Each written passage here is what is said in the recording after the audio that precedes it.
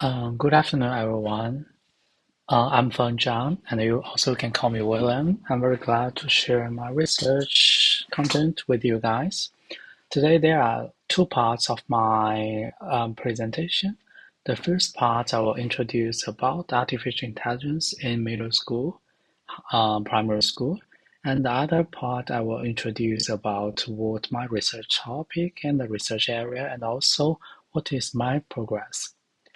Okay, so as a Master of Data Science students, um, first I think I'll introduce how does artificial intelligence works, especially in for students. I mean, private, sorry, primary and secondary school students.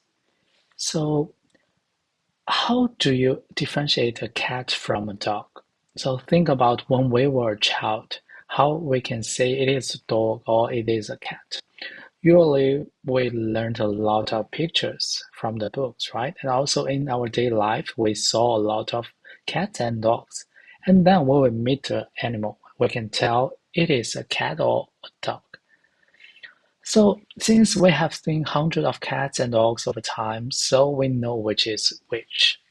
So artificial intelligence is the same. So after we upload a lot of dog and cat pictures to the machine, and also we can also upload some like that data to the machine, and the machine can knows what is which one is a cat. For example, we give it has a lot of like the cat's ears, like the shape and the size, and it can tell if it is a cat or a dog if we upload a new picture. Okay. So artificial intelligence is a set of technologies that enable computers to do things like that, like human do, like require human intelligence, right? So nowadays, different perspective involved.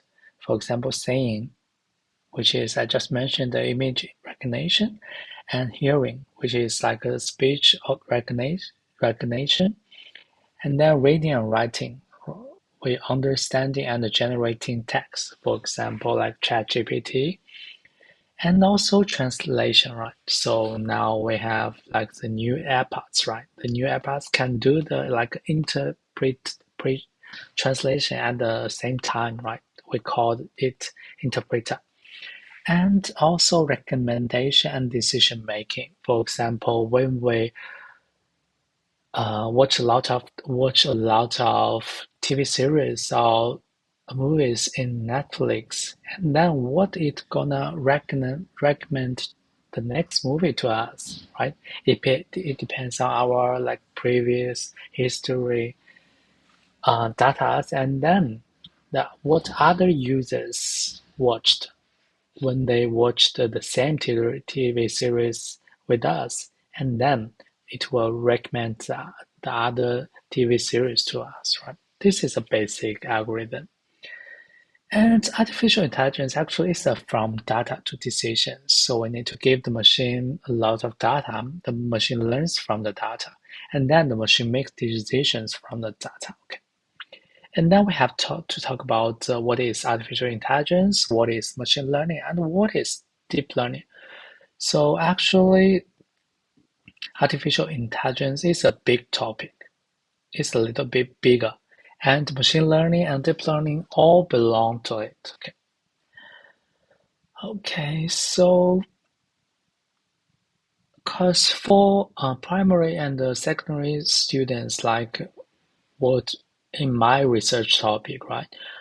We can explain that artificial intelligence or machine learning, they're all based on math, like mathematics, right? Because they will know, for example, they need to know what is like average, what is like mean square error, what is root mean square error, what is R square. But some maths are too hard for them. For example, they don't know like what is precision, what is a recall, what is F1 score. But we need to let the students know like that's math behind artificial intelligence and machine learning, right? Okay, now it comes to my research topic. So my research topic is governing educational AI in Australian schools, bridging the gap between ethical principles and legal regulations. Why I come this topic? Because like artificial intelligence in Australia, we don't have a specific law to regulate it. Instead, in 2019, Department of Industry has published Australia's AI ethics principles. Actually, it's just a one page and very short. So compared to other countries, for example, Canada, like Europe or the United States, or even some Asia countries, like they have like a better like a law or like a specific law to regulate artificial intelligence in middle school. So that's why my topic comes out. Okay. So, like just what I mentioned, so I have done some literature review from the internet, and then I have read some policies, the laws from the Europe and the Canada. And what I will do is I will compare, because we all know that in Australia, different states have different regulations and laws. So I will compare the different AI related laws to Australian laws or regulations. Okay. And next page is what is my methodology? So my research is qualitative research. So even it's involved in some data, but it is not like a quantitative research. So I hope after several weeks I can find some conclusion or like comparison from the laws between Australia to the world. Okay. And there are also some like expected outcomes. So for example, identify key weakness in the current AI governance framework for education. And because when we mentioned about artificial intelligence in schools, middle school or primary school, it is not only about the students, but also about the teachers, right? And also some like other workers working in the schools, right? They may use artificial intelligence to help their working. And the second one is provide comparative insights from international models of AI regulations in education. This is what I'm doing right now, like compare different regulations from the world. The third one is develop policy recommendation for a national AI governance roadmap for schools, right? So, for example, the clearly accountability structures, privacy and data protection mechanism, teacher training and ethical literacy and transparency and the public trust. Okay, so that is all I think today for the share.